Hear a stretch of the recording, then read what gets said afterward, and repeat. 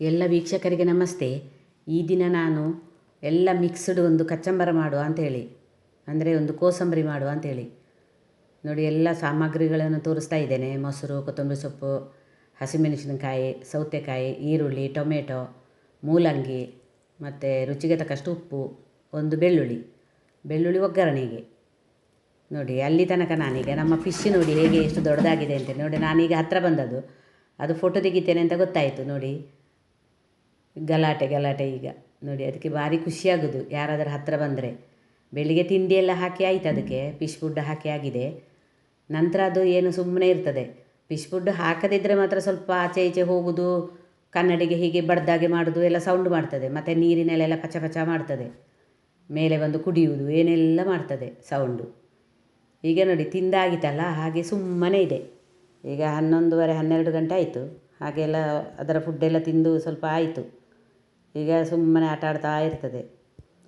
ನಾವು ಹತ್ತಿರ ಹೋದ ಕೂಡಲೇ ಅದಕ್ಕೆ ಗೊತ್ತಾಗ್ತದೆ, ಹತ್ತಿರ ಹೋಗಿ ನಿಂತಿದ್ದೇವೆ ಎಲ್ಲ ಗೊತ್ತಾಗ್ತದೆ ಅದಕ್ಕೆ. ನೋಡಿ 4 ಮೀನು ದೊಡ್ಡದಿದೆ. ಈಗಲ್ಲ, ಅದು ಸಣ್ಣದು ತಂದದ್ದು. ಇಷ್ಟು ವರ್ಷ ಆಯಿತು, ಈಗ ಕೂಡ ಹಾಗೇ ಇದೆ.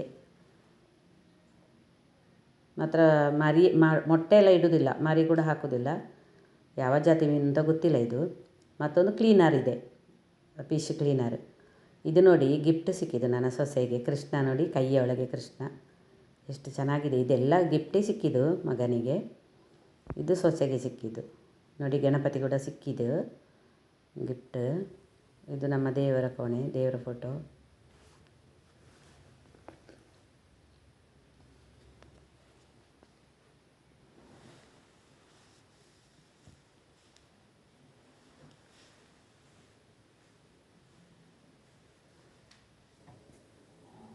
ಎಲ್ಲ ಸಾಮಗ್ರಿಗಳನ್ನು ನೋಡಿ ಈಗ ಈ ಥರ ತುರಿದಿಟ್ಟುಕೊಂಡಾಯಿತು.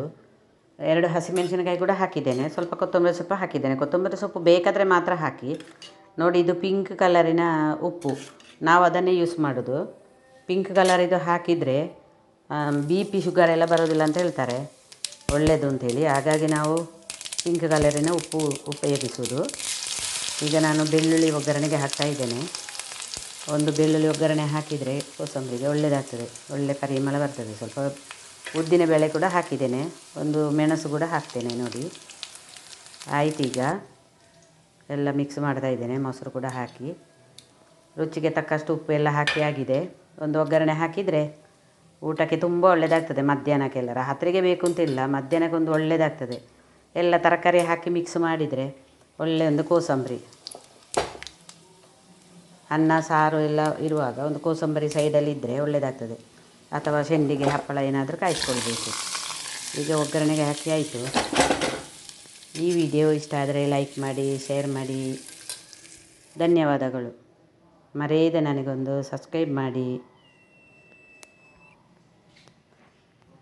ನೋಡಿ ಆಯಿತು, ತೋರಿಸ್ತಾ ಇದ್ದೇನೆ.